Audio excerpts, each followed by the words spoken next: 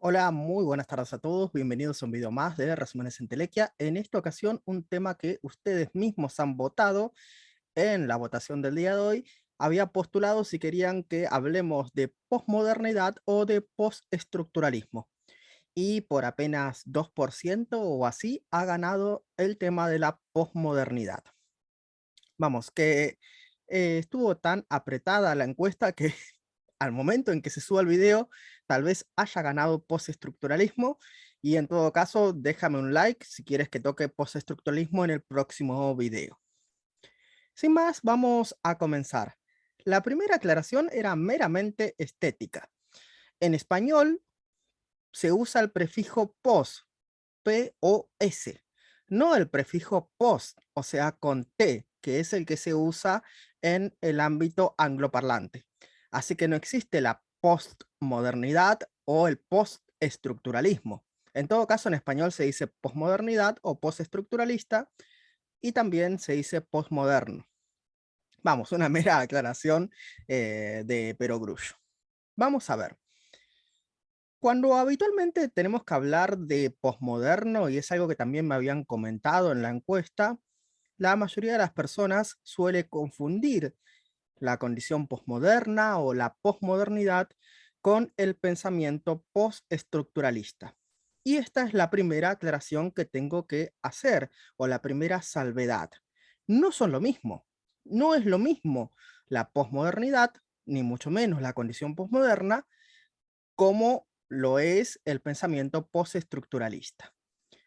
Cuando me refiero a pensamiento postestructuralista, me refiero a autores tales como Michel Foucault o Derrida, que van a centrar sus investigaciones en el lenguaje, en el discurso, en los significados. Ahora bien, ¿de qué estoy hablando o qué autores voy a tomar de referencia cuando estoy hablando de posmodernidad? Pues fundamentalmente se suele tomar a dos autores como referencia de posmodernidad. Por ejemplo, a Lyotard en La condición posmoderna o a Bauman, La modernidad líquida.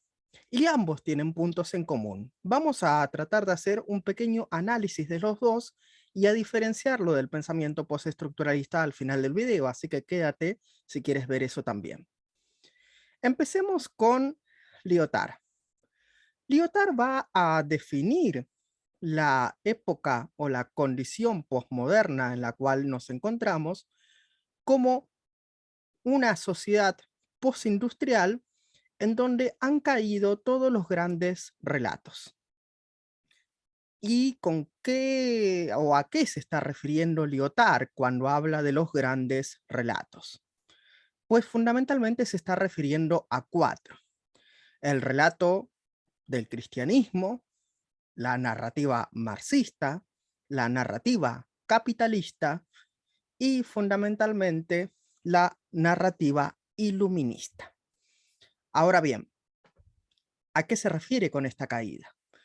Pues fundamentalmente, tras la caída del muro de Berlín y la salida del mundo bipolar, donde se disputaba la hegemonía entre el occidente capitalista y el oriente comunista, fundamentalmente entramos a una nueva era, la que se suele llamar la globalización, donde estos relatos han perdido fuelle, han perdido capacidad interpretativa y han perdido el poder de significar a quienes los portan o permitirles interpretar su propia acción, su propia vida y su propia realidad.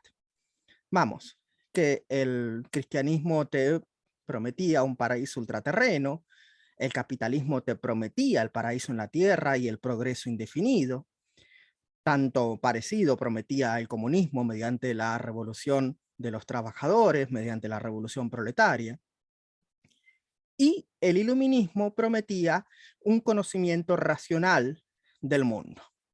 Por lo tanto, todas estas narrativas en las cuales está inmersa la razón y la teología histórica, es decir, que la historia se avanza o desarrolla hacia un fin, han caído. Fundamentalmente, nadie creerá hoy en día que nos dirigimos hacia un paraíso tecnológico tecnocrático, como lo plantearía el capitalismo, o hacia un paraíso de igualdad y no explotación del hombre por el hombre, como lo prometía el comunismo. Nadie cree en la salvación y, desde luego, es difícil de creer en la racionalidad del ser humano y que avanzamos hacia mayores cotas de cientificidad y positividad. Estas son las críticas que realiza Lyotard a la caída de los grandes relatos. Ahora bien, por otra parte, tenemos, por ejemplo, al sociólogo Zygmunt Bauman. Bauman va a diferenciar la época moderna, la que hemos dejado atrás, de la sociedad industrial capitalista, y la época posmoderna, la que ha sobrevenido con la crisis del sistema industrial, mediante la crisis del petróleo, el auge de las economías financieras, el auge de la globalización, el auge del sector de servicios por sobre el sector productivo. Entonces va a devenir en una nueva tipo de sociedad que él la denomina posmoderna o modernidad líquida, donde todos los seguros, donde todo lo sólido que había en la época moderna, recuerden Marx, todos los sólidos se desvanecen en el aire, ya sea el trabajo, la educación, los valores, la familia, las relaciones, todo aquello que era de por vida en la época moderna, donde uno se formaba en una familia, estudiaba, se capacitaba para desempeñarse en su ámbito laboral y profesional, entraba a un trabajo el cual mantenía hasta que se jubilaba, formaba una familia y reproducía este proceso. Esto se ha perdido, donde ahora los trabajos ya no son de por vida, sino que son más bien precarios, temporales, freelance. Las relaciones se han convertido en algo más también de lo mismo, más endebles, más precarizadas, menos duraderas. Y precisamente ya nada te garantiza que estudiar una carrera te permita una inserción laboral y mucho menos de por vida. Entonces, compara estas solidificaciones características de la época moderna con lo fluido, lo líquido, lo cambiante y el devenir de nuestras sociedades posmodernas. Ahora bien, cuando estos autores describen este tipo de condición, vamos a usar el término de Lyotard, no están haciendo una defensa de la misma, sino que están describiendo un estado de cosas, como está el patio, que ellos están observando y están analizando. No es que obviamente Bauman defienda la precarización laboral o de las relaciones humanas, ni mucho menos.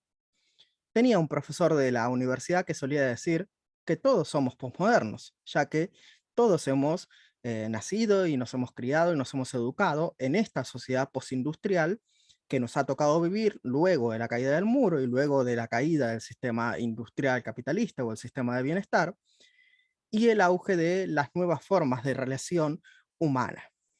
Por lo tanto, es difícil no ser o no decirse a uno mismo posmoderno, ya que esa es su condición y cómo se ha criado, cómo se ha educado, cómo se ha formado, cómo se ha constituido nuestra propia subjetividad. Ahora, distinto es que uno defienda estas ideas, que uno defienda las ideas posmodernas, o ya mejor dicho en este ámbito, sí, postestructuralista, porque esta es la primera aclaración que quería hacer con respecto de el otro tema, que tal vez lo toquemos si este video llega a muchísimos likes, que no es lo mismo posmodernidad que postestructuralismo. El postestructuralismo se va a preguntar por la posibilidad de conocer mediante las estructuras objetivas, tal cual lo había planteado el estructuralismo, ya sean el lenguaje, las relaciones de parentesco, las relaciones de explotación mediante el capital o mediante la estructuración inconsciente. Y si es posible o no, un conocimiento mediado por el lenguaje.